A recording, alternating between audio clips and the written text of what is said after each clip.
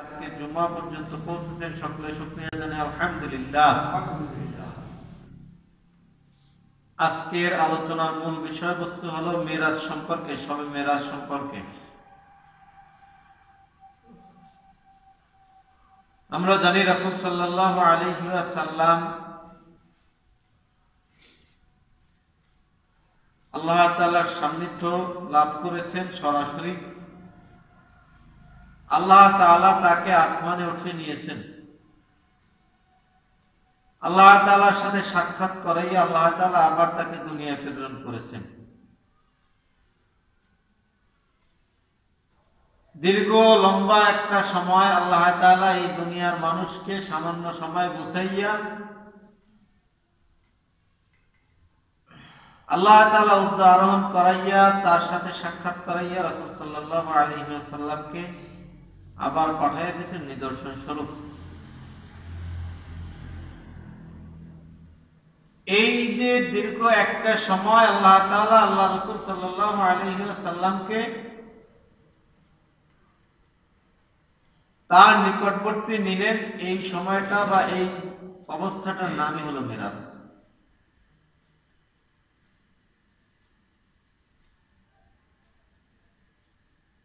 মেরাজ সম্পর্কে আমরা যুগ যুগ ধরে বিভিন্ন উলামায়ে কেরামের মুখে বহু আলোচনা শুনেছি।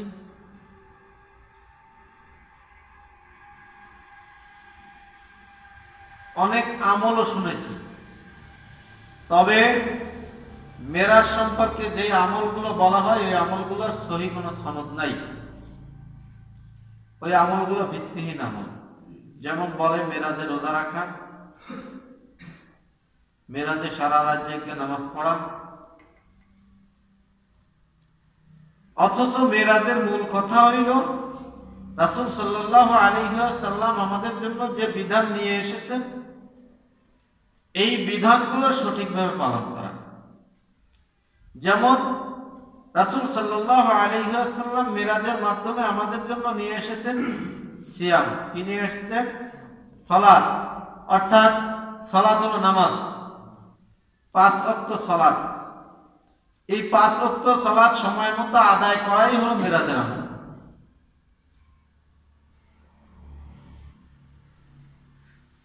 একটা জয়ীফ হাদিসে আছে যে রাসূল সাল্লাল্লাহু আলাইহি ওয়াসাল্লাম বলেন যে আমি মেরাজে গেছি আল্লাহ তাআলার সান্নিধ্য লাভ করতে, আর আল্লাহ তাআলা যেই ব্যক্তি 5 ওয়াক্ত নামাজ সময়ের সাথে গুরুত্ব দিয়ে আদায় করে সঠিকভাবে খুশুর সহিত, আল্লাহ তাআলা ওই বান্দার সান্নিধ্যে চলে আসেন। এই জন্য সালাতের আবিধানিক অর্থ হলো নিকটবর্তী হওয়া।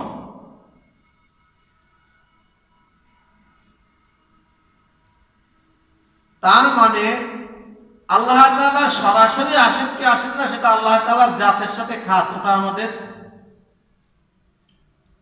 হিসাবের বাহিরে। কিন্তু আল্লাহ তাআলার রহমত যে আমার কাছে আসে এতে কোনো সন্দেহ নেই। হাদিসের মধ্যে আছে যে তুমি এমন ভাবে সালাত পড়ো যেন আল্লাহ তাআলাকে তুমি দেখো। যদি এটা সম্ভব না হয় অন্তত এতটুকু মনে করো যে আমি যে সালাত পড়তেছি বা আমি যে আমল করতেছি এটা আল্লাহ তাআলা দেখতেছেন। তুমি কল্পনা করো আমি আল্লাহ তাআলার কুদরতি পায়ে সিজদা করছি। এখন আল্লাহ তাআলার পা আছে কি নাই, থাকলেও বা কেমন আছে সেটা আল্লাহ তাআলাই জানে। ওগুলো আমাদের গবেষণার দরকার নেই। আমরা আবার এটা মনে না করি যে আমার পায়ের মতোই আল্লাহ তাআলার পা। পা আল্লাহ তাআলা থাকতেও পারে না থাকতেও পারে, ওটা আল্লাহ তাআলাই জানে। তবে উদাহরণ দিয়ে আল্লাহ তাআলা কোরআনে বহু জায়গায় পায়ের কথা বলছেন, বহু জায়গায় হাতের কথা বলছেন, কানের কথা বলছেন, চোখের কথা বলছেন। মূলত এগুলো আল্লাহ তাআলার রহমত। এগুলো কি? আল্লাহ তাআলার রহমত। আল্লাহ তাআলা কিভাবে বান্দার সাথে মিশেন এটা আল্লাহ তাআলাই জানেন। কারণ তার কল্পনা আমাদের দৃষ্টিসীমার বাইরে। এ সম্পর্কে আল্লাহ তাআলা কোরআনে মাজিদের মধ্যে বলেন লাইসা কামিসলিহি শাইউন ফিল আরদি ওয়ালা ফিস সামা, যে আল্লাহ তাআলার সাথে তুলনা করার মতো, উদাহরণ দেওয়ার মতো এই আসমান জমিন অর্থাৎ আকাশের মধ্যে আর মাটির মধ্যে আমাদের মাথার উপরে যত কিছু আছে, আমাদের পায়ের নিচে যত কিছু আছে, এর মধ্যে উদাহরণ দেওয়ার মতো কোনো বস্তু নাই। সুতরাং এই ক্ষেত্রেই আল্লাহ তাআলা রাসূল সাল্লাল্লাহু আলাইহি ওয়াসাল্লাম বলেন, তাফাক্কারু ফি খালকিল্লাহি ওয়া লা তাতাফাক্কারু ফিল্লাহ, যে আল্লাহ তাআলাকে নিয়ে তোমরা চিন্তা করো না যে আল্লাহ তাআলা কেমন, কিভাবে সৃষ্টি হয়েছেন, কি আছে না আছে, এগুলো নিয়ে গবেষণা করো না, বরং আল্লাহ তাআলার সৃষ্টি সমূহ নিয়ে গবেষণা করো। আমি যে আয়াত পাঠ করেছি সূরা বনী ইসরাঈলের প্রথম আয়াত, এই আয়াতের মধ্যে আল্লাহ পাক রব্বুল আলামিন বলেন, সুবহানাল্লাযী আসরা বিআবদিহি লাইলাম মিনাল মাসজিদিল হারাম ইলাল মাসজিদিল আকসা আল্লাযী বারাকনা হাওলাহু লিনুরিয়াহু মিন আয়াতিনা। আল্লাহ তাআলা শব্দ শুরুই করছেন পবিত্রতা দিয়ে, কেননা আল্লাহ তাআলা নিজেই পবিত্র, তিনি পবিত্রকে ভালোবাসেন, পবিত্রতা ভালোবাসেন। আল্লাহ তাআলা নিজের পরিচয় দিয়ে শুরু করছেন পবিত্র ও মহিমাময় তিনি, যিনি তার বান্দাকে রজনীতে অর্থাৎ রাত্রে ভ্রমণ করিয়াছিলেন। অর্থাৎ ভ্রমণ করিয়াছিলেন বলতে এই আয়াতের মধ্যে রাসূল সাল্লাল্লাহু আলাইহি ওয়াসাল্লামকে যে মেরাজে নিয়ে গেছেন, এই মেরাজ সম্পর্কে বলতেছেন।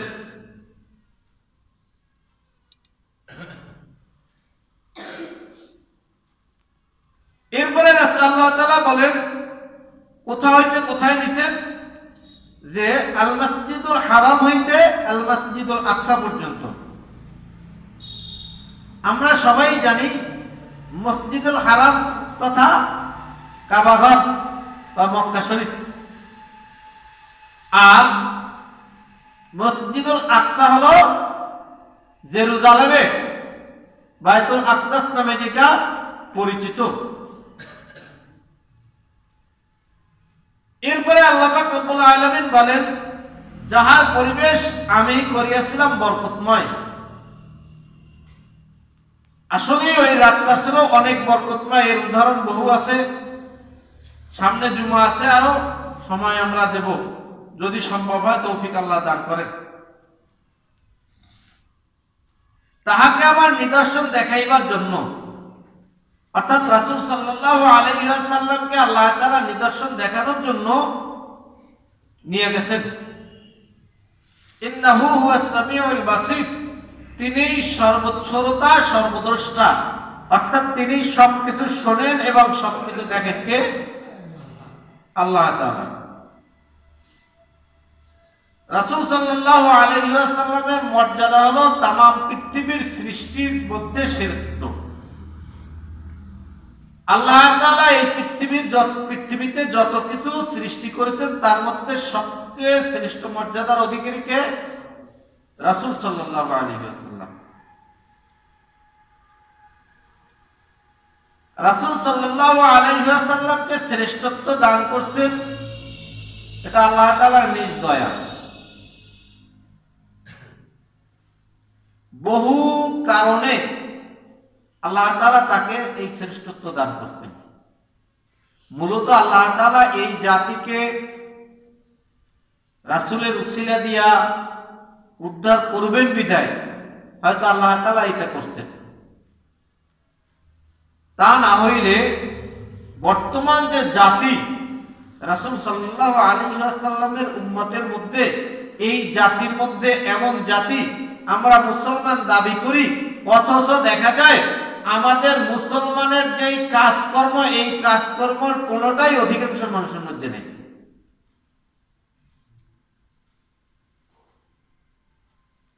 শুধু মুখে বলি মুসলমান,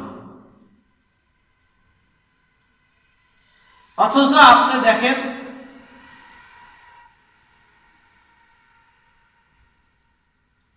পূর্ব যুগের কাফেররা পর্যন্ত, মুনাফিকরা পর্যন্ত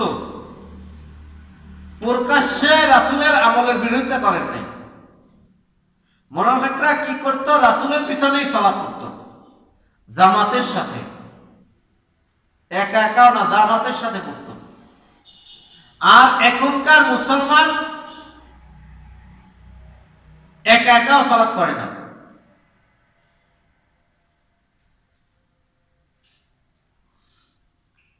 আপনি যদি লক্ষ্য করেন বর্তমান সময়েও বহু বিধর্মীরা, নাস্তিকেরা, কাফেররা কোরআন পড়তে পারে।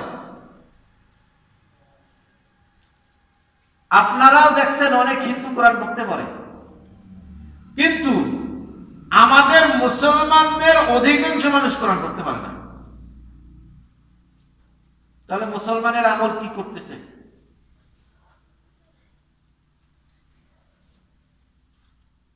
আপনারা জানেন একজন মুসলমানের বাড়ি অহরহ একজন হিন্দু এসে খাওয়া দাওয়া করে না। একজন মুসলমানের হোটেলে একজন হিন্দু সহজে প্রবেশ করে না। কিন্তু আমরা মুসলমান অহরহ হিন্দুর ঘরে যাচ্ছি। বহু মুসলমান আছে হিন্দুর ঘরে অহরহ খাওয়া দাওয়া করে, হিন্দু হোটেলে অহরহ খাওয়া দাওয়া করে। একজন হিন্দু দেখবেন যতক্ষণ পর্যন্ত সম্ভব সে মুসলমান থেকে কিছু কেনে না, অথচ আমরা মুসলমান কোন বাদ বিচার নাই, অহরহ হিন্দুদের থেকেই ক্রয় করি বেশি। এ হলো স্বাভাবিক কিছু কথা। এরপর আমাদের পরিবেশের মধ্যে, কালচারের মধ্যে সব হলো বিধর্মীদের কালচার। বেপর্দা হওয়া এটা তো হিন্দুদের কালচার।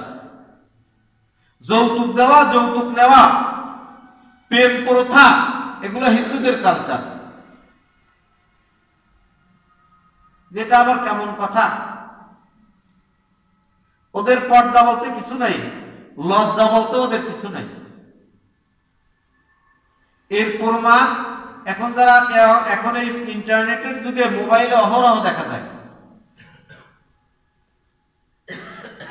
যে ওদের বড় বড়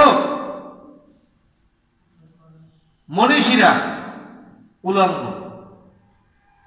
আপনি একটা জিনিস সব কিছু বাদ দেন, ওরা মূর্তি বানায় না? এই মূর্তিটা যে অবস্থান দিয়ে বানায়, কোন সুস্থ মস্তিষ্কের মানুষ ওর দিকে তাকানো সম্ভব না।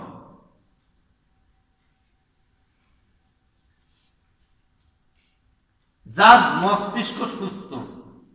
এখন বলতে পারেন যে হুজুর, তাহলে আপনি যে বলতেছেন তাহলে এই দেশের মানুষ তো সব অসুস্থ বানাই দিয়েছেন। আসলেই কোরআন হাদিসের কাছে তারা অসুস্থ।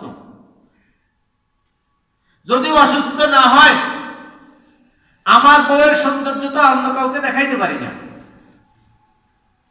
এটা সহজ কথা। মহিলারা হলো লজ্জাশীল বস্তু। সবাই জানে যে মহিলাদের একটা পোশাক দেখলেও অনেক পুরুষের মনে কামভাব জাগে, অথচ কি বিকৃত করে ওরা এগুলো প্রকাশ করতেছে। এভাবে আরো অনেক কিছু আছে। তা আমাদের কালচারের মধ্যে এইগুলো ঢুকাই ফেলাইছি আমরা, অথচ আমাদের কালচার, ওইগুলোকে আমাদের কালচার, আসলে কিন্তু আমাদের কালচার না। এরকম অসংখ্য বিষয় আছে। ব্রিটিশ থেকে স্বাধীন হওয়ার আগ পর্যন্ত হিন্দুরা আত্মসাৎ করত, আর এখন মুসলমানেরা মুসলমানের সম্পদ আত্মসাৎ করে। তাহলে এটাও তো হিন্দুদের কালচার, বিধর্মীদের কালচার।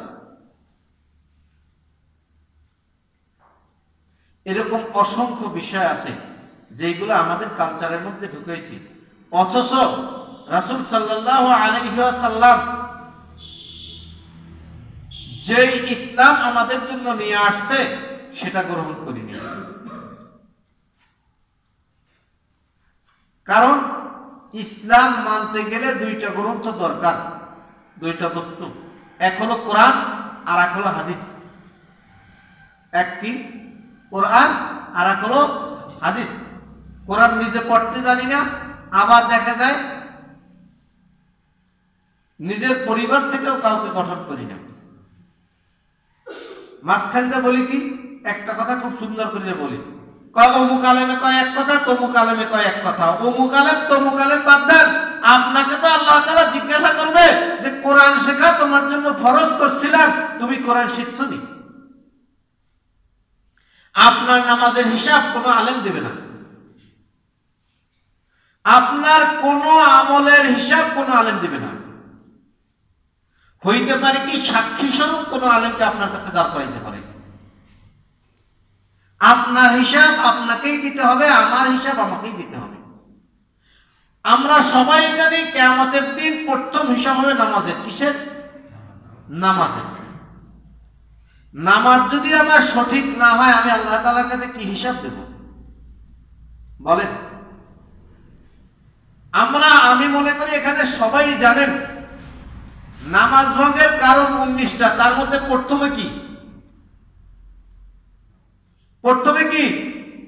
নামাজে অশুদ্ধ পড়া। নামাজে তা আপনি কোরআন পড়তে পারেন না, তা আপনি নামাজ পড়েন কি দিয়া? তাহলে তো আপনার নামাজ হয়ই নেই।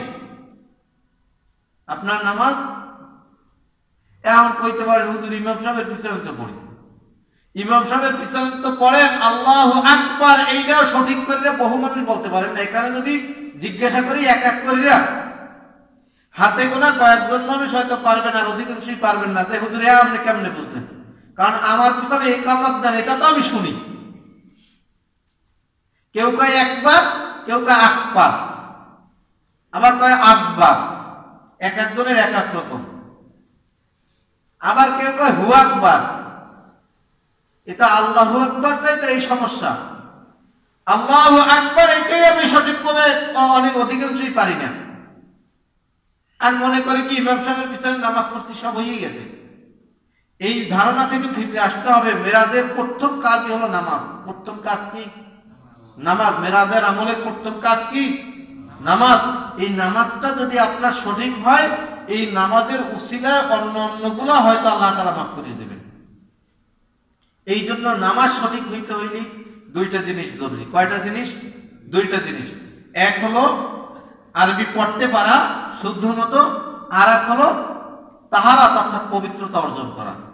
পবিত্রতা অর্জন করা খুব সহজ, কিন্তু একটু জানা জরুরি। গত কয়েক জুমা পরাপর মনে হয় 4 জুমা আমি তাহারাত অর্থাৎ পবিত্রতা সম্পর্কে আলোচনা করছি। একেবারে ওযু ফরজ হওয়া, গোসল ফরজ হওয়া, তায়াম্মুম ফরজ হওয়া, এবং ওযু কিভাবে করলে আদায় হয়, তায়াম্মুম কিভাবে করলে আদায় হয়, গোসল কিভাবে করলে আদায় হয়, ওযু কিসে ভঙ্গ হয়, গোসল কিসে ভঙ্গ হয়, তায়াম্মুম কিসে ভঙ্গ হয়। এরপরেও যদি যে হুজুর আমি ভুলে গেছি, আমার মনে নাই, এটা অস্বাভাবিক কিছু না, এটা স্বাভাবিক হইতেই পারে। কেননা এইটা তো পিছনের আমলে এইভাবে ছিল না। আমার কাছে আসবেন যে কোনো সময়, আমি বলতে প্রস্তুত। যেই হুজুরের কাছে যাইবেন এই ছোট ছোট মাসালা প্রত্যেক হুজুরই বলবে। এক হুজুরের কাছে যে জিজ্ঞাসা করলেন, হুজুর আমার একটু বলেন হুজুর গোসলের ফরজ কয়টা, কি কি করলে হুজুর গোসলটা ঠিক মতো আদায় হয়। এক হুজুরে বললেন, হুজুর ওযুটা কিভাবে করলে সঠিকভাবে আদায় হবে, হুজুর ওযুর ফরজ কয়টা একটু কর। হুজুর এমন অবস্থা আমি কোনো অবস্থা আমার পানির কাছে যাওয়া সম্ভব না, ডাক্তারের নিষেধ আছে বা অন্যান্য সমস্যা আছে, হুজুর তাহলে তায়াম্মুমটা আমি কিভাবে করতে পারি? আপনি একদিন এক একটা মাসালা শিখেন। আপনি দেখা যায় একদিন এক একটা মাসালা শিখবেন, আমার মতো আলেম থেকে আপনি বড় আলেম হয়ে যেতে পারবেন। এর প্রমাণ বহু আছে। এই গত কয়েকদিন আগে একটা খবরে দেখলাম, 10 বছরের একটা বাচ্চা হাতে কোরআন শরীফ দেখছে, পূর্ণ কোরআন শরীফ। যেই হুজুর শিখাইছে, যেই হুজুরের কাছে পড়ছে, ওই হুজুর বলতেছেন যে আমার হাতের লেখা থেকে তো ভালোই, এবং কওমি মাদ্রাসা তো হাতের লেখার জগতে শ্রেষ্ঠ। অথচ কওমি মাদ্রাসার অনেক ছাত্রদের থেকেও তার হাতের লেখা ভালো, হুজুর নিজে বলতেছেন। তা আপনি যদি নিজে চেষ্টা করেন, আমার থেকেও বড় আলেম আপনি হয়ে যেতে পারেন। নিজের আমলকে শুধরানোর চেষ্টা করেন। আজকের এই জুমার এই আলোচনায় আমরা উপনীত হয়েছি যে একটা আমল আপনি নেন, সেইটা হলো মেরাজের যে সবচেয়ে বড় আমল ছিল কি নামাজ। এই নামাজ শুদ্ধ করার জন্য আপনার দুইটা জিনিস, একটা হলো পবিত্রতা আর একটা হলো কোরআন, অর্থাৎ আরবি শেখা শুদ্ধ করে। এই দুইটা চেষ্টা আপনি আজকে থেকে শুরু করেন, দৈনিক একটা একটা শিখেন। দেখবেন আল্লাহ তাআলা একটা দিন আপনাকে আপনার হায়াতের জিন্দেগিতে একটা উচ্চ স্থানে নিয়ে যাবেন। আপনার আমলটা যদি ছোট হয়, কিন্তু আমলটা যদি শুদ্ধ হয়, ওই আমলটা কিন্তু গ্রহণযোগ্য।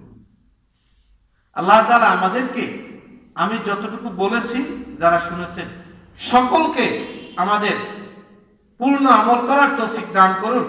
আমিন। ওয়া আখিরু দাওয়ানা আলহামদুলিল্লাহি রাব্বিল